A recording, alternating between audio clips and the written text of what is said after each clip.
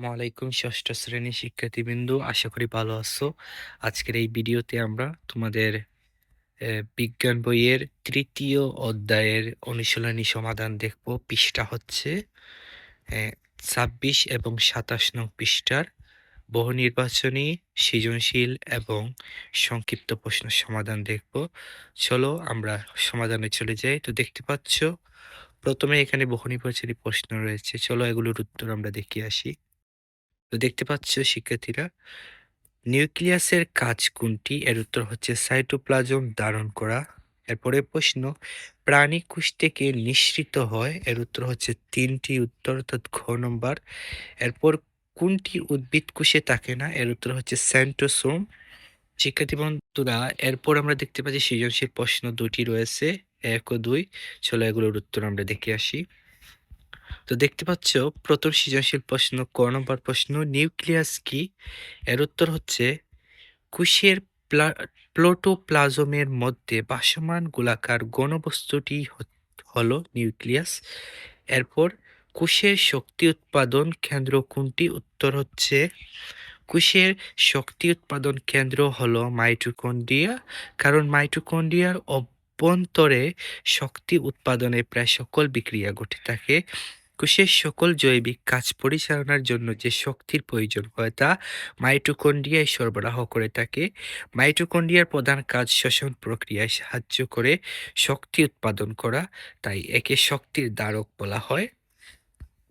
এরপরে প্রশ্ন, আয়াজের পর্যবেক্ষণকৃত প্রথম জীবগুলো বিভিন্ন বর্ণ ধারণ করার কারণ কি? ব্যাখ্যা করো। এর উত্তর হচ্ছে আয়াজ বোটানিক্যাল গার্ডেনে বিভিন্ন বর্ণের গাছপালা দেখতে পায়।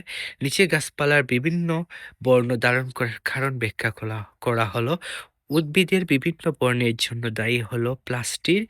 এ অঙ্গাণুটি উদ্ভিদ কোষের প্রধান বৈশিষ্ট্য। উদ্ভিদ কোষস্থ প্লাস্টিড ৩ প্রকার, যথা ক্লোরোপ্লাস্ট, ক্রোমোপ্লাস্ট, নিউক্লিওপ্লাস্ট। ক্লোরোপ্লাস্টের কারণে গাছের পাতা ও অন্যান্য অঙ্গ সবুজ হয়। ক্রোমোপ্লাস্টের জন্যে সবুজ বাদে লাল, হলুদ, কমলা এবং অন্যান্য সকল বর্ণ সৃষ্টি হয়।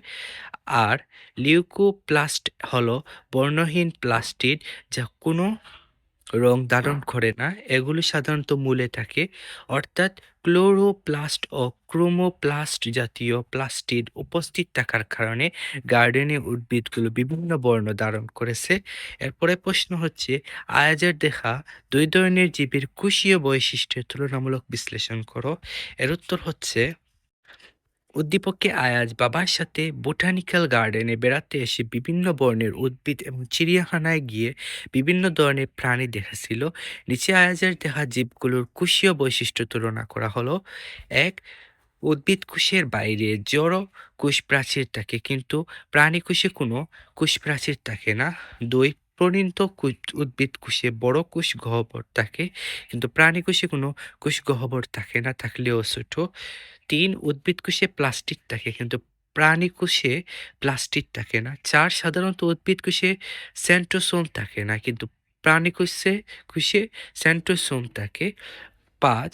উদ্ভিদ কোষের কেন্দ্রে বড় কোষ গহ্বর থাকায় নিউক্লিয়াস কোষ প্রাচীরের কাছে অবস্থান করে, কিন্তু প্রাণী কোষের নিউক্লিয়াস কেন্দ্রস্থলে অবস্থান করে। এরপর আমরা ২ নম্বর প্রশ্ন দেখতে পাচ্ছি, ক. কোষ কাকে বলে? এর উত্তর হচ্ছে জীবদেহের গঠন ও কাজের একককে কোষ বলে। এরপর উদ্ভিদ কোষের গুরুত্বপূর্ণ বৈশিষ্ট্য কোনটি? ব্যাখ্যা করো। এর উত্তর হচ্ছে উদ্ভিদ কোষের গুরুত্বপূর্ণ বৈশিষ্ট্য হলো প্লাস্টিড।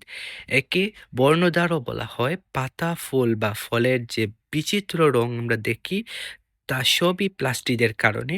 সবুজ প্লাস্টিড প্রধানত খাদ্য তৈরিতে সাহায্য করে। অন্যান্য রঙের প্লাস্টিডগুলো উদ্ভিদের বিভিন্ন অঙ্গকে রঙিন করে আকর্ষণীয় করে তোলে। বর্ণহীন প্লাস্টিড খাদ্য সঞ্চয় করে। এরপরে প্রশ্ন হচ্ছে, তারকাচিত্র এতে অবস্থিত প্রয়োজনীয় অঙ্গাণু ব্যবহার করে প্রাণীকোষের একটি চিহ্নিত চিত্র অঙ্কন করো। এর উত্তর হচ্ছে, তারকাচিত্র এতে দেওয়া অঙ্গাণুগুলো হলো ছোট কোষ গহ্বর, নিউক্লিয়াস, কোষ প্রাচীর, সেন্ট্রোসোম, বড় কোষ গহ্বর ও ক্লোরোপ্লাস্ট। এর মধ্যে শুধু নিউক্লিয়াস, সেন্ট্রোসোম ও ছোটকোষ গহ্বর প্রাণীকোষে বিদ্যমান। প্রয়োজনীয় সব অঙ্গাণু ব্যবহার করে প্রাণীকোষের একটি চিহ্নিত চিত্র নিচে অঙ্কন করা হলো। তো দেখতে পাচ্ছি এখানে একটি চিত্র অঙ্কন করব আমরা। তো দেখে নাও চিত্রটা। এরপরে প্রশ্ন হচ্ছে, তারকাচিত্র বি এ অবস্থিত কোন অঙ্গাণুটি কোষের সকল শারীরবৃত্তীয় কাজ করে বিশ্লেষণ করে? এর উত্তর হচ্ছে, তারকাচিত্র বি এ অবস্থিত নিউক্লিয়াস অঙ্গাণুটি কোষের সকল শারীরবৃত্তীয় কাজ করে। নিচে তা বিশ্লেষণ করা হলো। প্রোটোপ্লাজমের মধ্যে ভাসমান গোলাকার বস্তুই হলো নিউক্লিয়াস। নিউক্লিয়াস কোষের সকল শারীরবৃত্তীয় কাজ নিয়ন্ত্রণ করে। নিউক্লিয়াস একটি আবরণী দ্বারা আবৃত থাকে, একে নিউক্লিয়ার মেমব্রেন বলে। এই আবরণী সাইটোপ্লাজম থেকে নিউক্লিয়াসের ভেতরে বস্তুগুলোকে আলাদা করে রাখে। একই সাথে এটি তরল পদার্থের চলাচল নিয়ন্ত্রণ করে।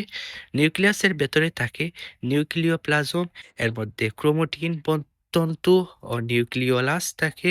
এই ক্রোমাটিন তন্তুগুলো জীবের বৈশিষ্ট্য বহন করে পরবর্তী প্রজন্মে নিয়ে যায়। এছাড়া এরা কোষের বৃদ্ধি বা যে কোনো ক্রিয়া বিক্রিয়া নিয়ন্ত্রণ করে।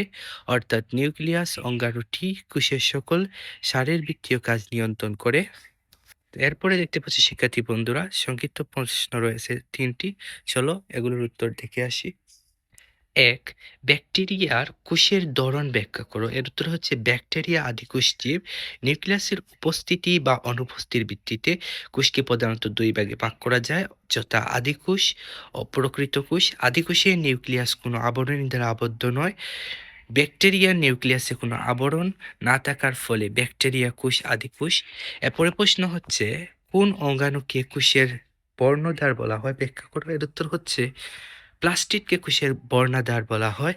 এটি উদ্ভিদ কোষের প্রধান বৈশিষ্ট্য। উদ্ভিদের পাতা, ফুল বা ফলের যে বিচিত্র রং আমরা দেখি তা সবই এই প্লাস্টিডের কারণে।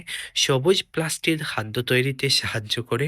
অন্যান্য রঙের প্লাস্টিডগুলো উদ্ভিদের বিভিন্ন অঙ্গকে রঙিন করে আকর্ষণীয় করে তোলে, তাই একে কোষের বর্ণদ্বার বলা হয়। এরপরে প্রশ্ন হচ্ছে, ক্রোমাটিন তন্তু কোষের জন্য গুরুত্বপূর্ণ কেন? ব্যাখ্যা করো।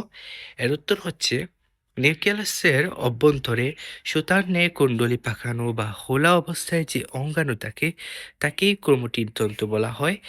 এটি জীবের বৈশিষ্ট্য বহন করে পরবর্তী প্রজন্মের নিয়ে যায়। এছাড়া এটি কোষের বৃদ্ধি বা যে কোনো ক্রিয়া বিক্রিয়া নিয়ন্ত্রণ করে। এসব কারণে ক্রোমাটিন তন্তু কোষের জন্য গুরুত্বপূর্ণ। তো শিক্ষার্থী বন্ধুরা, আজ এই পর্যন্ত। বিজ্ঞান বইয়ের আর কোন কোন অধ্যায়ের সমাধান পেতে চাও এই ভিডিওর কমেন্ট বক্সে জানিয়ে দাও।